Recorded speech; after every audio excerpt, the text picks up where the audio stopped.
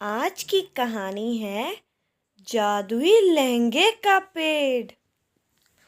एक बार की बात है, एक गांव में सुमन नाम की एक लड़की रहती थी।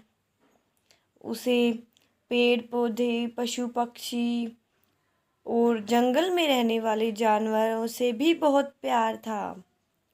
वह अपने गांव के पीछे वाले बगीचे में हर रोज जाती थी, नीम के पेड़ से बात करती थी और पशु पक्षियों का भी खूब ख्याल रखती थी। अगर सुमन उदास होती तो भी वह उसी पेड़ के पास जाकर अपना दुख व्यक्त करती थी। एक दिन जब वह बगीचे से वापस आ रही थी तो उसे उसकी सहेली हनीशा मिली। हनीशा ने कहा कि कल मेरा जन्मदिन है और तुम्हें पार्टी में ज़रूर आना होगा, लेकिन पार्टी की थीम है लहंगा। लहंगा पहनकर आना होगा। तब सुमन ने कहा, अरे तुम्हें पता है कि हमारा लहंगा लाने का अभी कोई वो नहीं है। मेरे पापा बीमार हैं, मेरी मम्मी मुश्किल से घर खर्च चला रही हैं। मैं लहंगा कहाँ से लाऊंगी? मैं ऐसा करती हूँ, मैं पार्टी में नहीं आ सकती। उसने कहा, मुझे नहीं पता, लेकिन तुम्हें पार्टी में आना ही होगा।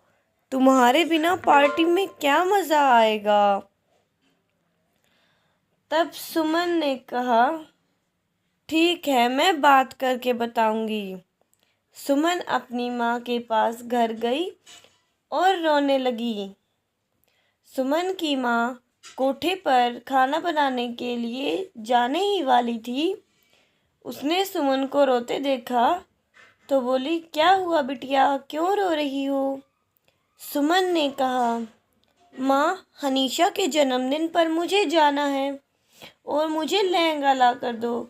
वह जिद पर अड़ी गई कि मुझे लहंगा ला कर दो, मुझे लहंगा ला कर दो। तब सुमन की माँ ने कहा, अभी मैं खाना बनाने जा रही हूँ, आते टाइम जो कुछ पैसे मिलेंगे, अगर कोई सस्ता सा लहंगा मुझे दिखा तो मैं ले आऊँगी। सुमन खुश हो गई। सच में माँ, क्या तुम सच में मेरे लिए लहंगा लाओगी? और उसने अपनी माँ को प्यार किया और उसकी माँ खाना बनाने चली गई। इतने सुमन ने सारा घर का काम निपटा दिया।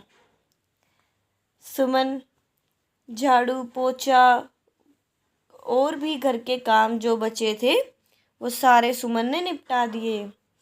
पर वो बहुत उदास थी कि उसका लहंगा आएगा या नहीं, क्योंकि हनीशा उसकी अच्छी दोस्त थी। वो उसके जन्मदिन पर जाना चाहती थी।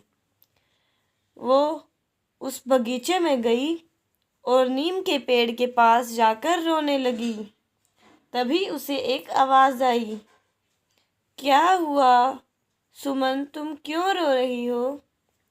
वो अचानक से डर गई और बोला, कौन हो तुम, कौन हो तुम?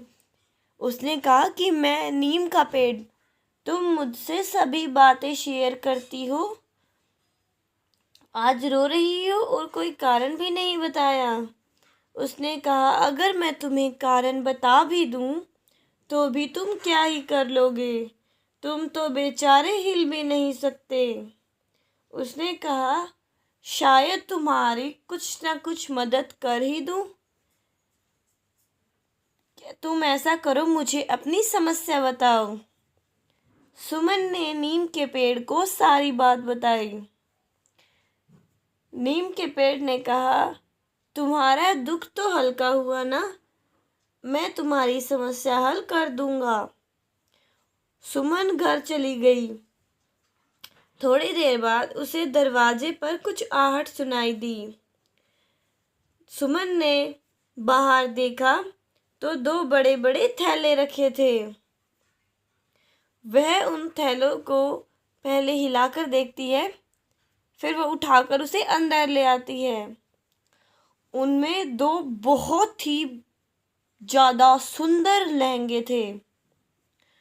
सुमन ने सोचा यह उसकी माँ लाई है, उसकी मम्मी को जरा कुछ काम होगा तो वो चली गई होंगी।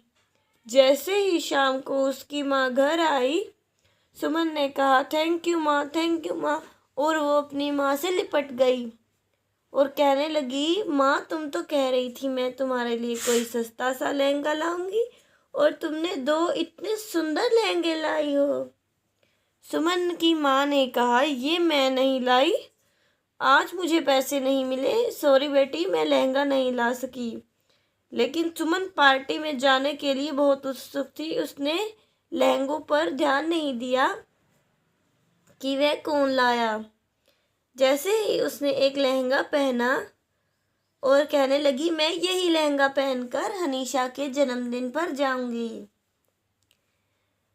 उसने वो लहंगा जैसे ही पहना, उसने अपनी चप्पलों पर ध्यान दिया जो अच्छी नहीं थी।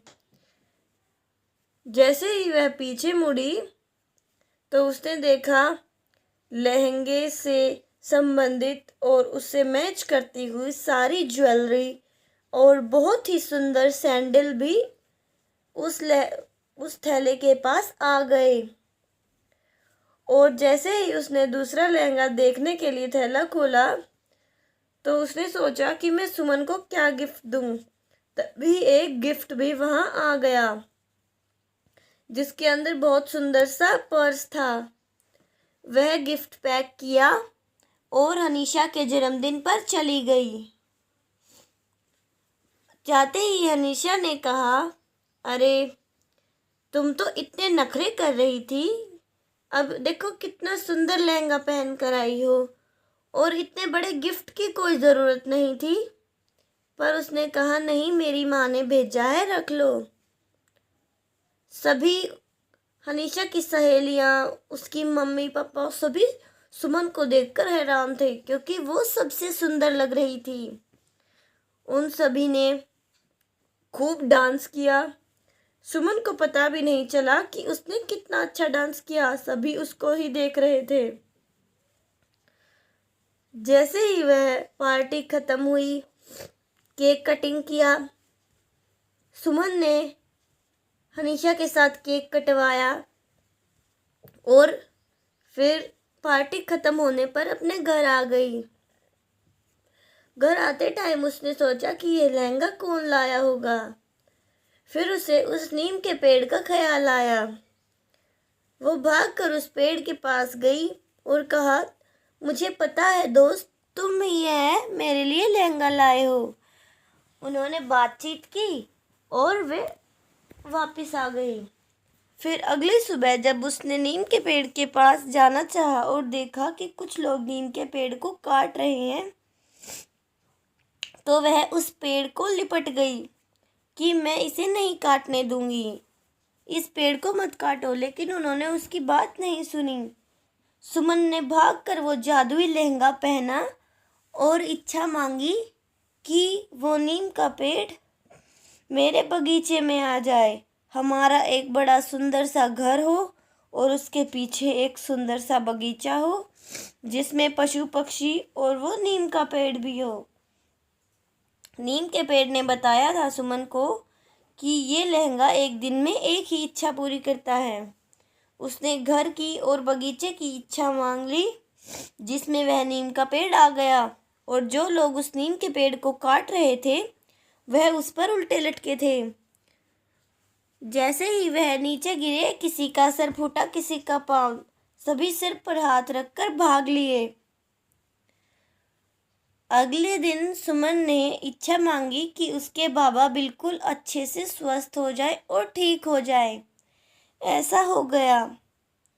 सुमन हर रोज अपने नीम के पेड़ का बहुत अच्छा ख्याल रखती और पशु पक्षियों को दाना डालती, खाना देती और पानी देती, बिल्कुल अच्छे से सबकी सेवा करती। सुमन उनके साथ बहुत खुश रहने लगी। तो आज की कहानी जादुई लहंगा समाप्त हुई। Like share subscribe.